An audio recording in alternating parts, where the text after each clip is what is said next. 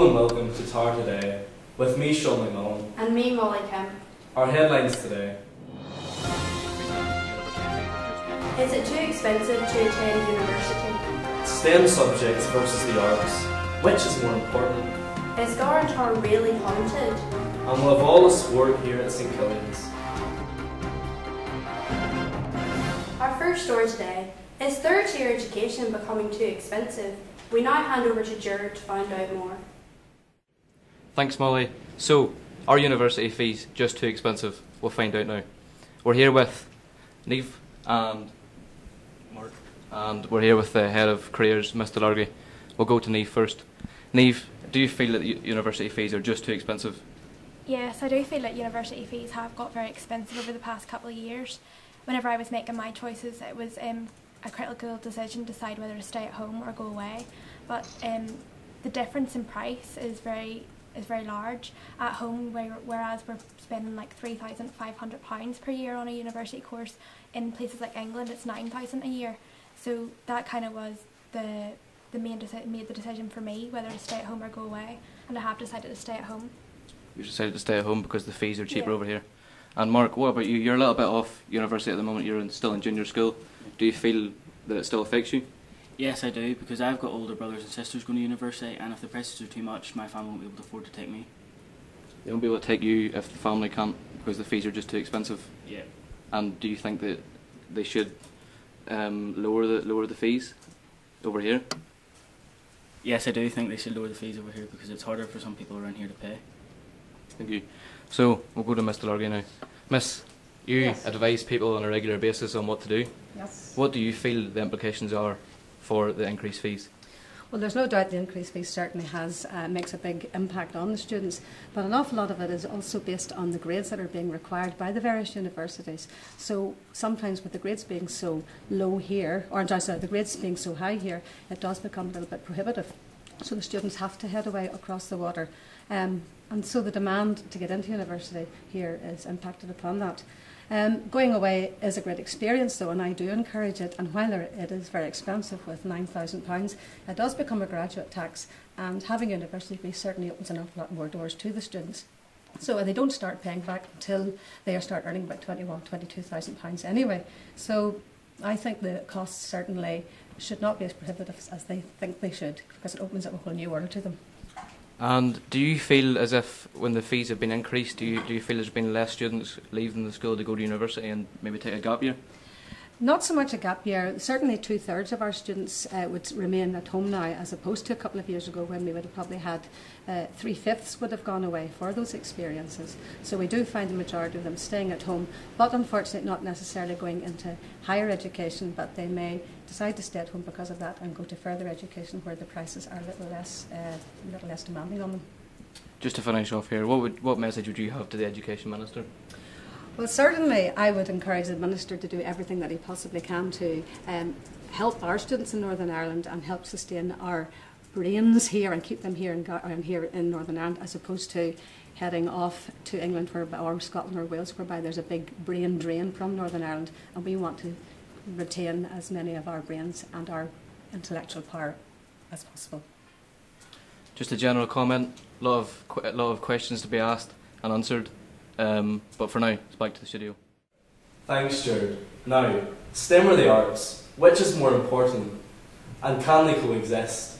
Let's go live to Matthew to find out. Thanks, Sean. I'm here with Mr. Morris, technology teacher, and Mr. Ferguson, the English teacher, for the ongoing rivalry between STEM and arts subjects. So, Mr. Morris, why is STEM important? Well, STEM has been highlighted by the government that STEM subjects lead into the careers that there's a deficit in Northern Ireland. Northern Ireland has highly skilled graduates coming out.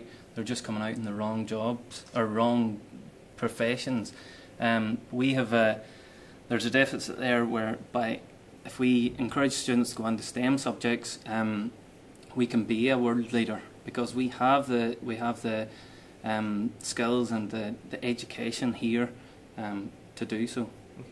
Mr. Ferguson, how would you respond to that, being told that people in your subject aren't going into the right industry? Well, I would probably say that there should be a balance, at least, because it's a good starting point. if you're going to produce maybe a new product, you're going to have to work on ways and how to present it and sell it, and that's where language and the ability to communicate comes in. So I think there needs to be a merging or a restructuring of the two to include something that uses those skills and selling, which is mainly based around language, English language skills. But I also think that the technology industry and computers and all the rest of it do serve a purpose, but they're only as good as the people using them and selling them. So that would be my point of view. And Mr. Mars, what do you think about the opportunities in the school for STEM subjects like the BT Young Scientists? Do you think that maybe we're pushing STEM too much? Well, I don't think any one area could be pushed too much by the staff in the college do, from both sides, the arts and STEM subjects. But it's in pushing initiatives like BT Young Scientist and First Lego League, a number of different extracurricular activities that go on in the school that create a buzz around technology, science, maths, and the pupils are responding in kind. Mr. Ferguson, what is English doing to promote its subject? Well, we have several things running at the moment. We have Accelerated Reader, which is for our juniors, and it gives them a chance to enjoy reading for their own pleasure. They get to select the books that they want to read at their level. That's the first thing, and it's about creating that critical mass of readers. So that's the first step. The second step would be the extracurricular activities, like we're taking a large crowd of pupils over to London for a London trip, which is all about language and the history of the English language, and it'll be a bit of an experience for them of seeing English in the real world. We also have our creative writing group and online blogs and dedicated spaces within the school. The pupils can go and write or read with paired reading as well, where our seniors actually help our pupils to read in the junior school. So really it's kind of the same as STEM. We're selling them to our pupils, and hopefully they'll avail of the many opportunities at the school. A diverse debate, and back to you in the studio, Sean. Thanks, Matthew. Now, Garan Tower, is this 19th century castle really haunted? Let's go to Sean to find out more. Thank you, Molly. I'm here in the tower with 3 guests with me. What's your name there? Sharon. Well, hello there, Sean. Do you know anything of this superstition I keep hearing about? I've heard stories about it, that there used to be a woman and she used to live upstairs, and the butler was in love with her, and her partner didn't like it and threw him out of the window. Oh, well, what's your name there? My name's Megan. And what do you know of the story? Well, my point of view, I thought that the butler fell off the 13th step out the window, but others tell me that he's been hung. Well, I'm here with Miss Kenny. And Miss Kenny, is there any truth to these details you've been hearing? Well, Garan Tower is most definitely haunted. The butler that we speak about is a man called Mr. Black. Mr. Black apparently fell out of a window and fell to his death. And from that date he haunts Garan Tower. Well, guess that's it. Is Garan Tower really haunted? We may never know. Back to the studio. Thanks for that, Sean. Now, St Killian's has a record of excellence in sport. Let's go live to Niall to find out more. Thanks, Sean. I'm here with a PE teacher, Miss Stewart from St Killian's. Miss, there's a proud tradition in the school of sports. Could you tell me a little bit about that and where your success comes from? Well, that's true, Niall, actually. We would like very much to get as many students as possible involved in as broad a range of sports as possible.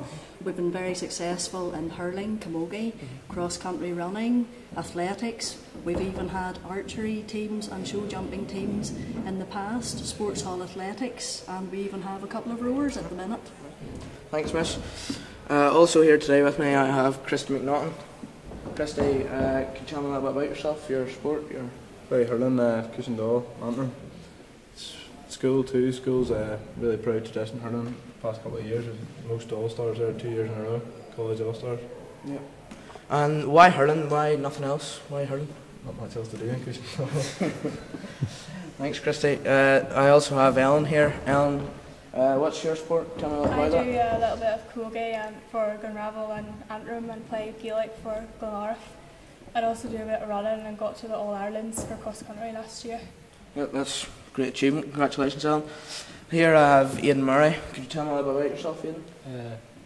I row, and I row for the Irish high performance team, and I'm being headhunted for Yale University for a scholarship. Very good, brilliant, brilliant. Miss, you've heard from the students there. Well, what do you think? Do you think it's important to have sport in the school, or what is your opinion? I think it's very important to have sport in the school because it gives all the pupils an outlet, an interest. They can develop their skills, communication skills, teamwork skills, cooperation. You know, it teaches them a lot about life. They need to de-stress after all this coursework and controlled assessment they have to do. And it helps them to socialise and make friends, not only within our own school, but also the number of people that they have met on their travels, you know. And some of them have actually gone on to join external clubs, you know, the Glens Netball Association and things like that, Ballymena and Antrim Athletics Club. So it gets them out there and gets them to experience a bit of the world where they go to compete against other people. They make friends from all over Northern Ireland. So it really is, you know, very important that people have a sporting interest. Thanks, Miss. Thanks, pupils, for your time. Back to you in the studio. Thanks very much for that, Niall. And that's all we have time for on tour today, with me, Molly Kim. And me, Sean McNaughton. Bye bye. Bye bye.